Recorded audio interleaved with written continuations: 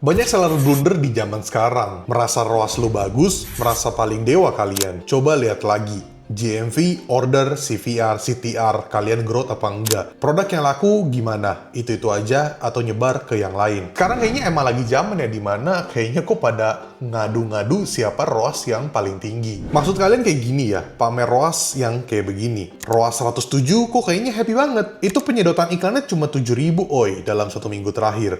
Dengan budget minimal 25.000 per produk, berarti secara spending gak maksimal untuk iklan lu. Buat apa iklan ini mah? Organik aja. Misleading. Iklan itu untuk exposure biar lebih kencang, bukan lebih gede ROAS yang didapatkan. Kenapa mindsetnya nggak kalian ganti jadi seperti ini?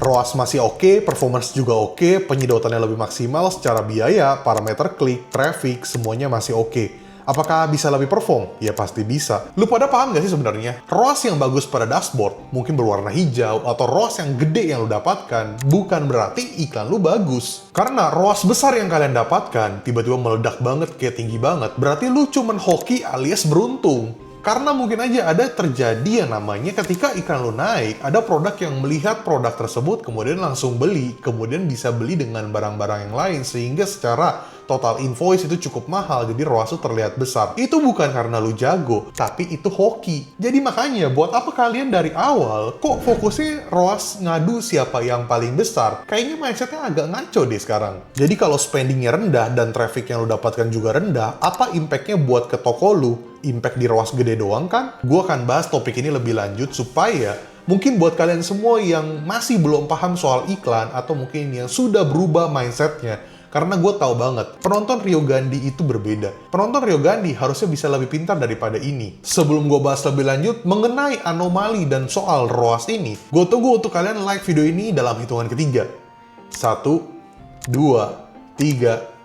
Thank you guys sudah like, kita masuk ke topik pembahasannya. ROAS Illusion Framework. Gue rasa ini akan menjadi topik yang seru banget, tapi mungkin mohon maaf ya, ini akan menampar realita kalian yang sudah kalian lihat selama ini di sosial media. Dari dulu gue iklan di toko gue pribadi, ketika gue iklan ya gue memastikan traffic, order, dan GMV gue naik dibandingkan gue tidak iklan. Bukan ketika gue iklan, gue mau ROAS gue bagus, tapi ternyata secara bisnis gak growth. Good ROAS, weak growth. Kalau ROAS lu bagus, kenapa omset toko lu stuck? Orderan traffic, kenapa gitu-gitu aja? Kenapa produk lu nggak naik ranking? Kenapa spending iklan lu tetap gitu-gitu aja? Gue pribadi tidak mengiklankan semua produk di toko gue. Pertama karena terlalu banyak. Yang kedua, gue mau memberikan space untuk barang-barang lain biar dapat organik juga. Tidak cuma pada toko gue, tapi juga pada toko klien-klien gue. Tapi itu bisa jadi pengecualian juga kalau produk yang lu jual SKU-nya sedikit alias gak banyak. Kalau SKU lu sedikit, otomatis mungkin lu harus iklanin semua produk lu. Tapi kalau SKU lu banyak, let's say lebih dari 50 atau lebih dari 100, lu nggak perlu iklanin semua produk yang lu punya. Tapi tetap gue kasih celah produk lain untuk naik secara organik supaya ke tracking. Biar nggak ketergantungan iklan banget, tapi juga masih bisa dengan objektif iklan itu makin growth. Lu spending 20.000 dapat omset 400.000 dengan ROAS 20, lu pikir keren? Ya keren sih, tapi bukan itu poinnya. Itu bukan scaling, itu mah seneng aja ngelihatnya.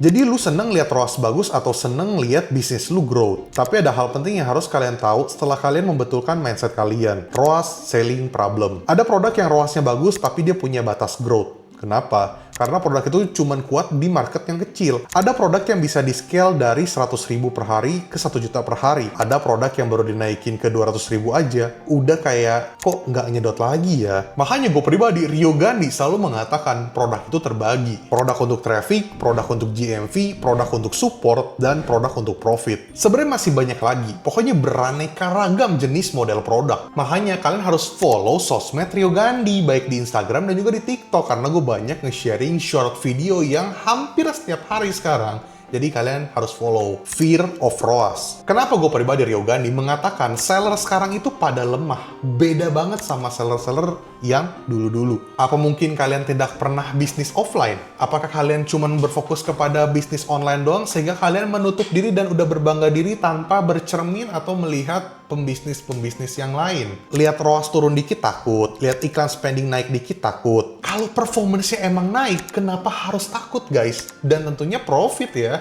bukan dalam artian lu naik dan minus. Memang nggak dihitung di laporan keuangan. Dengan kenaikan budget, profit lu nambah berapa atau minus. produk lu makin kencang atau gitu-gitu aja. Gue percaya banyak dari kalian mungkin adalah seller yang pemberani tadinya, tapi karena misleading information yang beredar di sosial media, membuat lama-lama kalian kedoktrin secara psikologi dan membuat kalian jadi penakut. Yang gue tahu, penonton gue dulu, pada berani-berani spending iklannya tinggi-tinggi, tapi kenapa kalian sekarang nge-hold banget? Emang kalian nggak ngecek laporan keuangan kalian? Kalian menurun atau naik secara bisnis? Kemudian secara data, mungkin ROAS lu emang bagus jadi tinggi, tapi growth nggak bisnis lu? Mana guys? Jiwa hunter kalian tuh mana? Dari yang tadinya gas iklan biar rame, jadi ROAS gue turun nih. Orderan gue lebih rame, waktunya scale. Jadi gue mau scale, tapi nanti spendingnya naik lagi. Ini baru kejadian kemarin ya. Klien gue pribadi, itu chat ke gue bilang, kok spending iklan naik ya bulan ini? Gue langsung bilang, terus udah hitung profit belum?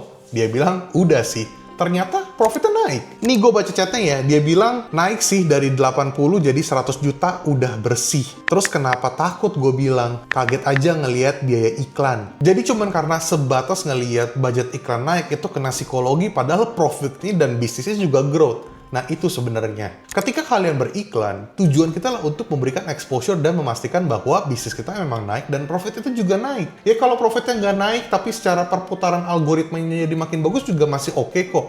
Bukan berarti lu ngadu siapa ROAS paling tinggi, tapi gitu-gitu aja profitnya, kemudian growth-nya juga gitu-gitu aja. Kita bersaing di open space market, guys. Kalau misalnya kalian terlambat sedikit, kalian takut sedikit, ya kalian pasti akan disikat sama toko-toko yang gede. Lagian kalau misalnya kalian bisa scale up, kenapa takut? Udah gitu, ini another value sebenarnya di luar daripada e-commerce ya. Kalau misalnya kalian automatic top up atau sering iklan, kan bisa pakai kartu kredit tuh. Kartu kredit kan bisa ujung-ujungnya kalian bisa dapat reward atau mungkin bisa dapat miles yang ujung-ujungnya buat kalian juga sebenarnya.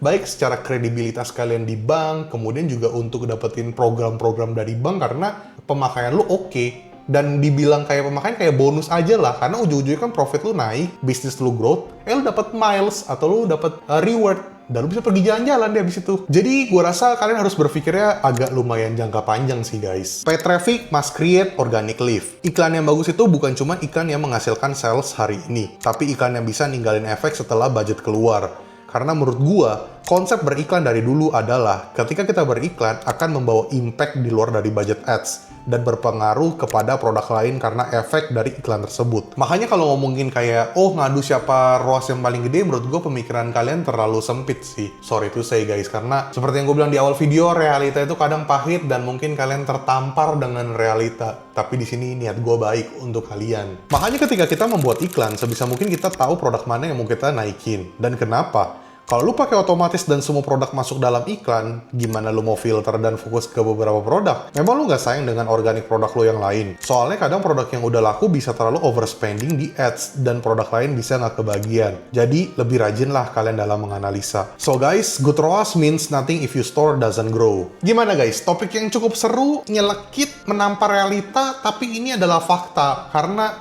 namanya kita bisnis, nggak semuanya itu beautiful ya. Nggak semuanya itu cantik, indah.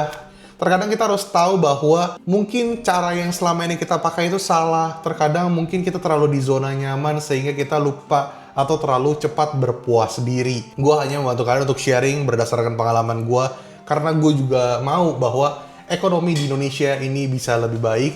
Dan juga gue juga mau membantu kalian untuk menjadi business owner yang secara mindset, psikologi juga bagus untuk jangka panjang. Tapi gue nggak mau terdengar seperti motivator, gimana ya? Makanya sebisa mungkin gue tetap natural dengan apa adanya Rio Gandhi. So, thank you so much sudah nonton video ini sampai detik ini, sampai habis. Jangan lupa untuk like, comment, dan subscribe. Dan jangan lupa untuk nyalakan notifikasi biar kalian tidak ketinggalan video terbaru dari channel YouTube Rio Gandhi.